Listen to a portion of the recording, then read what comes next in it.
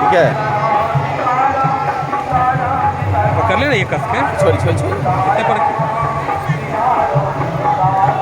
चलिए। तो यहाँ की पुरानी कथा के बारे में आप कुछ हमें थोड़ा सा प्रकाश डालेंगे।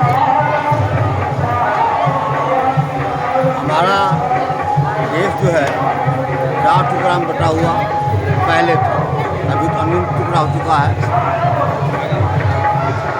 कहने का मतलब ये है अंग, वंग, मगध और तिल 4 अंग देश में लगातार अनावृष्टि के कारण यहाँ के राजा थे, दशरथ जी थे, यहाँ के राजा थे, अंग देश का राजाधिकारी दशरथ जी।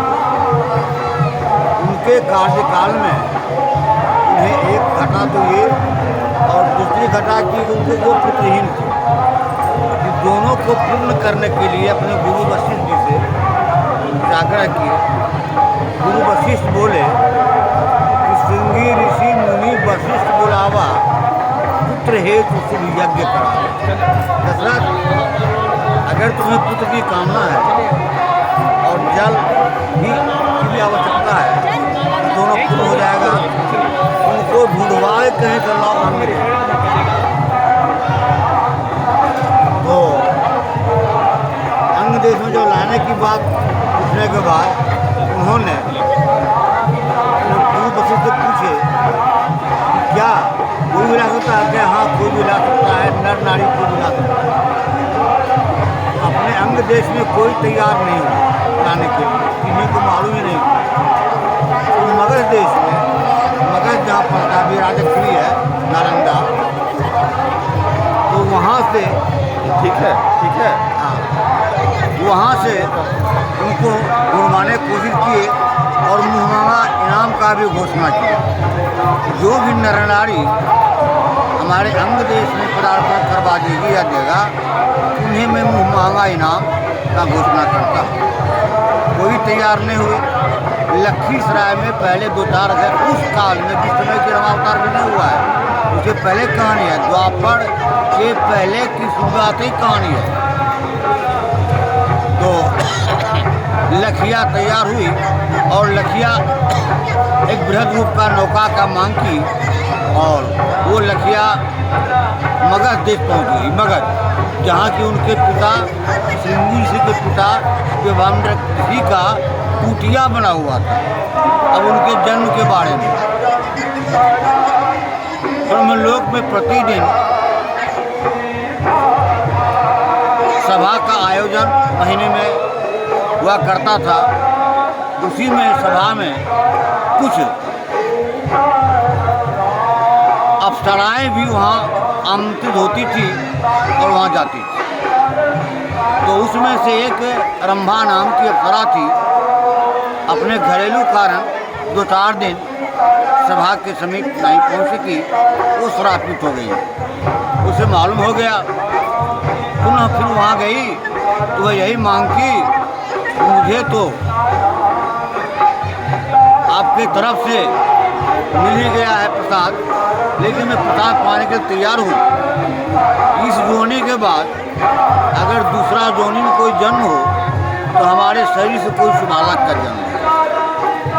एक मस्त कहा गया और उसके बाद पुनः समय बीतने के बाद हिरण के गर्भ से वो विभांडक ऋषि आए सभा कक्ष से लौट करके, तो एक अप्सरा पर देख कर उनका मणि खलस होने चला। तो उसी में से अपने मणि को तो शक्ति से रोके रह गए जब तक अपने कुटिया पर नहीं पहुँचे। कुटिया पर पहुँचने के बाद पुनः वो पीपल का पेड़ था, उसी में पत्ती गिरा हुआ हरी पत्ती, उसी पर अपने मणि को छोड़ करके स्नान ध्यान करके अपने कुटिया पर चले गए। एक हिरणा टहलते बुलते आई, वही हिरणा थी जो श्रापित थी। वही हिरणा आई, उसे पान कर गई और उसे गर्भ रहता। लेकिन प्रकार जब 9वां महीना पूर्ण होता है तो वह हिरणा पहुंच जाती है उसी कुटिया के समीप और वहाँ बच्चा दे देती है और उसका ओर फट जाता है, वह मर जाती है। जब मानव ऋषि आए तो देखे कि भाई ये सब है, तो तुरंत उस जो हिरण थी हजार कर दिए और उस बच्चे को पालन पोषण करना शुरू कर दिए। तो उनका नाम रखा गया तेजो सबल से ऋषि जोड़ श्रृंगी नाम है सिंह का। जिसे सिंह हो, हम लोग अभी श्रृंगी से पूजा करते हैं आप लोगों का कल्याण के लिए।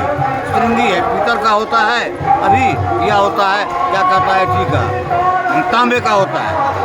इस स्थिति में हम लोग अभी पूजा करवाते हैं जयमान का शुभकामना के लिए। तो श्रृंगी जो ऋषि, उनका नाम रखा गया श्रृंगी ऋषि।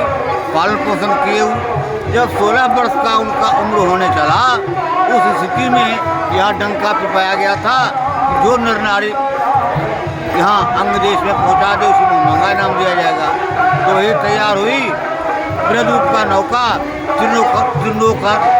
जीर्णोकात्मक हवन कुंड बनाया गया। अनेकों तरह का फूल फल लेकर के, मिष्ठान लेकर के पहुँच गई श्रृंगी जी के पास। उनको पिता की तरफ से आदेश मिला था कि कोई भी नर या नारी को तुम पहचानते नहीं हो, इसलिए तुमको कोई भी किसी के साथ जाना नहीं है, तुम कहीं नहीं जाएगा। शास्त्र पुराण का अध्ययन करो और गौवा दूध का तुम पान करो, सेवन करो। उनका भोजन यही था। जब वो देख लिए बच्चा पुनः, तो लखिया को गिराने लगे कि हम भी आपके यहाँ चलेंगे। लखिया का रूप बन गया था महात्मा का। सर्वांग भस्म लगा करके वह वहाँ पहुँची थी, एक बिचौटी पहन करके, और औरत को जो बाल होता है उसको लाल कपड़े में लपेट करके पुनः महात्मा रूप में पहुँची। महात्मा जान करके वो बालक श्रृंगी थी, उन्हें नमन करना चाहे पैर छू करके, वो पैर छूने नहीं दी, गला में गला मिल के प्रणाम किया है। वह समझ लिया कि भाई श्रृंगी ऋषि कहे कि हम आपके साथ चलेंगे। तो चलने क्रम में वह कहती है कि आपको अभी मैं नहीं ले जाऊंगी या ले जाऊंगा, तो अपने पिता से आदेश प्राप्त कीजिएगा, तब आप कब आइएगा। टाइम लिया 2-4 घंटा का लखिया, हुई अलग में कहीं मैंने कोने में छिप गई और सारा दृष्टान वह देखते रह गई। हिदायत किए पिता श्रृंगी ऋषि को, विभान ऋषि, कि अगर कोई भी आ जाए तो उसको यथोचित सेवा करना। यथोचित सेवा करने में खराम है, जल है, भोजन की तैयारी जो हो, दूधे पान, यही सब। फल लिए प्रभावित होने के कारण वो कहेगा हम भी चलेंगे। पिताजी आए, मूड देखे और कहेंगे अरे बालक आप तुम्हारा मूड ऑफ था, एक महात्मा आए थे और हमको ऐसा ऐसा कहें उसी चलेंगे। तो उसी में कहा गया है खोड़से बरसाने पुत्र मित्रम समाचरे। 16 वर्ष का लड़का हो या लड़की हो जाए, वह तारने की अधिकारी नहीं है, उसको तारा नहीं जाता है, प्रेम से कहा जाता है। पिता का आदेश नहीं मानने पर श्रृंगी ऋषि 4 घंटा के बाद तैयार हो गए और चले आए अंगदेश। अंगदेश में आने के पूर्व ही सुवृष्टि हुई, बारिश हुई और धनधान जल हुआ, धनधान होना शुरू हो गया। उसके बाद यहाँ आने के पहले ही यहाँ पातालगंग और प्रभु की कृपा से ये मंदिर और लिंग, जिसे शंकर भगवान कहते हैं, शिव जी कहते हैं, स्थापना हो गया। तो जनता जो यहाँ आते हैं वो 2 मनोकामना से आते हैं। जो करें धन पुत्र के आशा, वो पहुँचे हैं श्रृंगी ऋषि के पास। स्नान तो करना है ही, साथ साथ भोजन पान भी यहाँ पर अच्छा ढंग से बन जाता है, बिना मसाला वगैरह का कुछ भी नहीं देने के बाद प्रसाद रूप में पाया जाता है उसको। और खीर का हवन किए थे श्रृंगी ऋषि अपने हाथ से। उसी हवन क्रम में अग्नि से एक फल उत्पन्न हुआ, वही फल को कौशल्या को और सुमित्रा जी को दिया गया था। तो इसी को फल को प्रसाद के रूप में फल को पाने से चारों भाई अवतरित हैं। ये हुआ। उसके बाद मुँहमांगा इनाम के बारे में घोषणा किया गया था।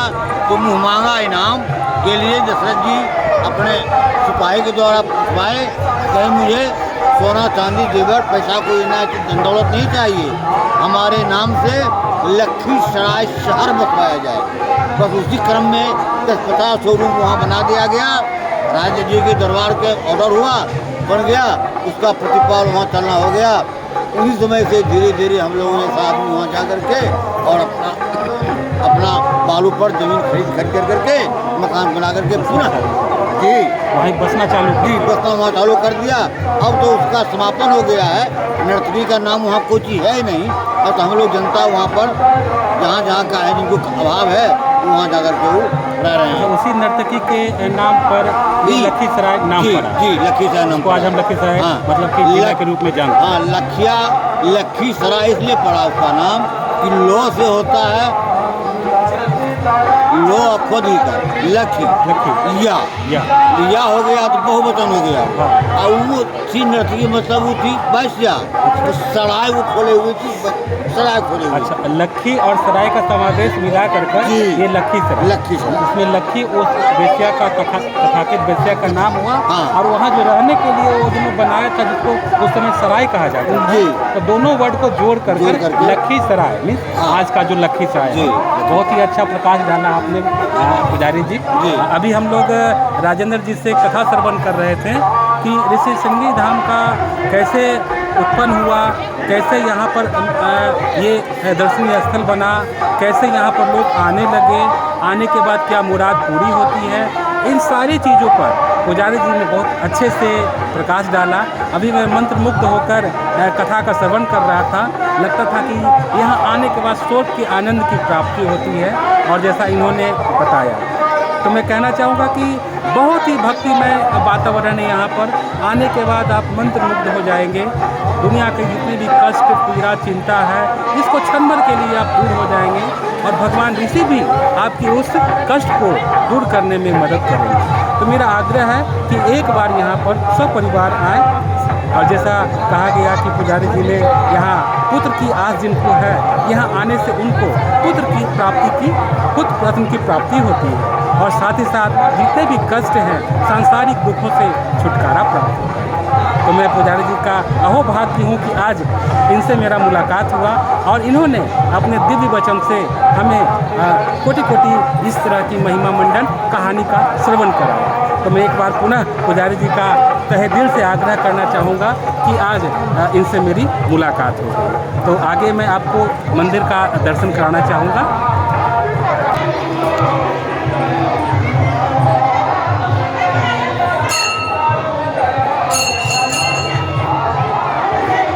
मंदिर के अंदर बहुत सारे देख सकते हैं।